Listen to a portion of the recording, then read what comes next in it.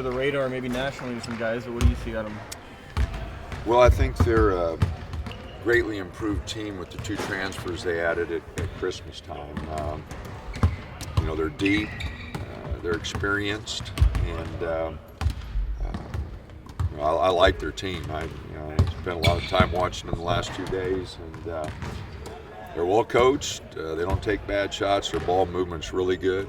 They're doing some different things defensively than they have in the past, so it'd be a big challenge for us. Kind of a different looking team. Like you mentioned the transfers, they lost some guys, and you guys went there and beat a pretty good Utah team last year. Yeah, but it's a different team. They're balanced. They've got 4 guys scoring in double figures, high double figures. 16, 14, 14.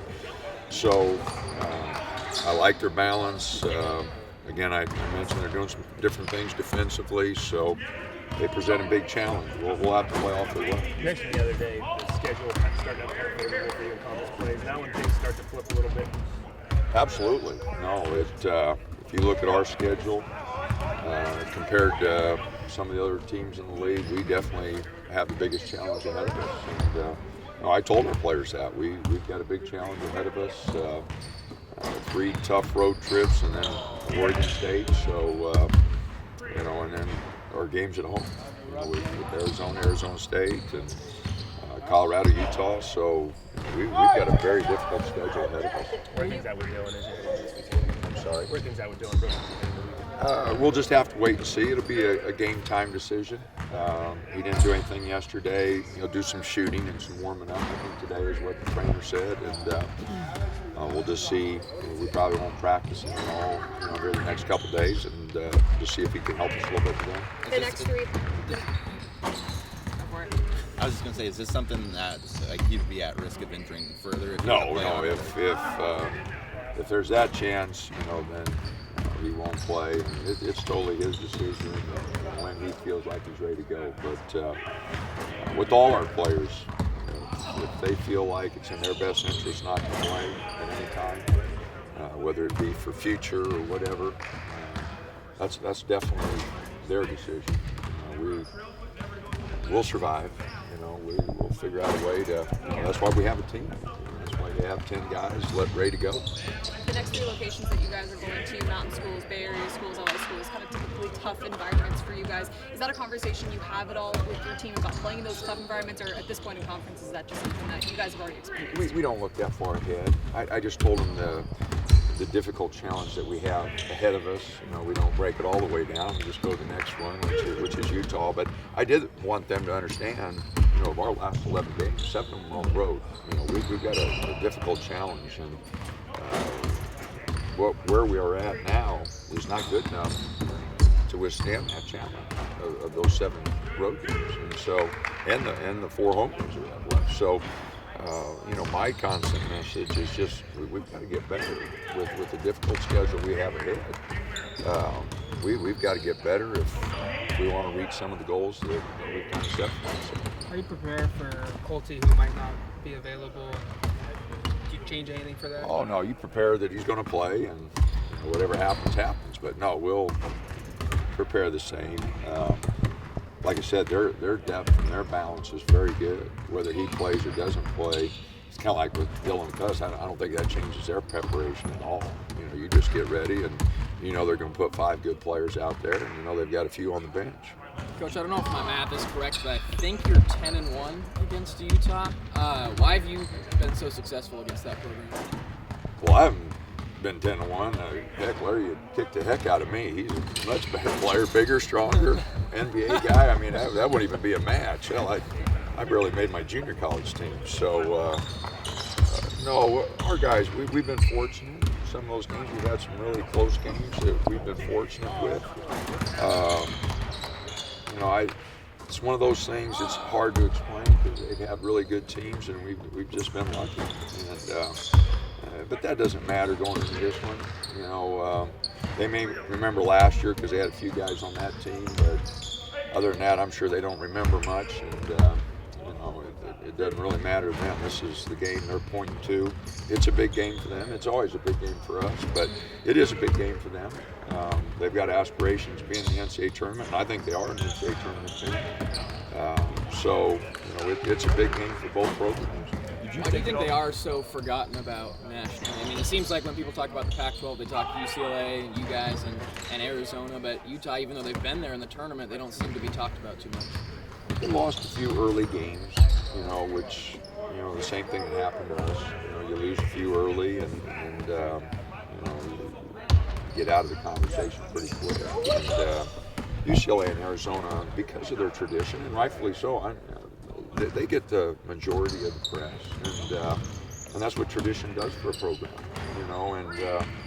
and we're 25, 30 years behind, so it takes a while to catch up, so they're always going to be the talk of the conference because of that outstanding tradition that both of those programs have. And, but Utah, at one point, whatever they lost to UCLA, it went right down the wire. They had a shot to win the game, with a couple seconds left. So that shot didn't go in. If it goes in, then they're probably talked about a little bit more. But their stats, their ball movement, you watch them on film, their athleticism, the great depth at guard spot.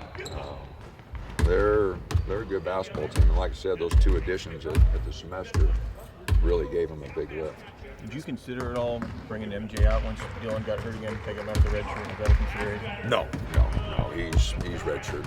How's him and Paul doing as they sit out here? Well, MJ's been banged up, so he hadn't played much. He hadn't practiced much. Paul was banged up for a while. He was out for about a month, but he's back now. I like the way he's progressing. Both of them have been doing a good job with Adam in the weight room, which is a big part of both of their development. They both got to get in shape, body in shape. So I like the work they're doing there.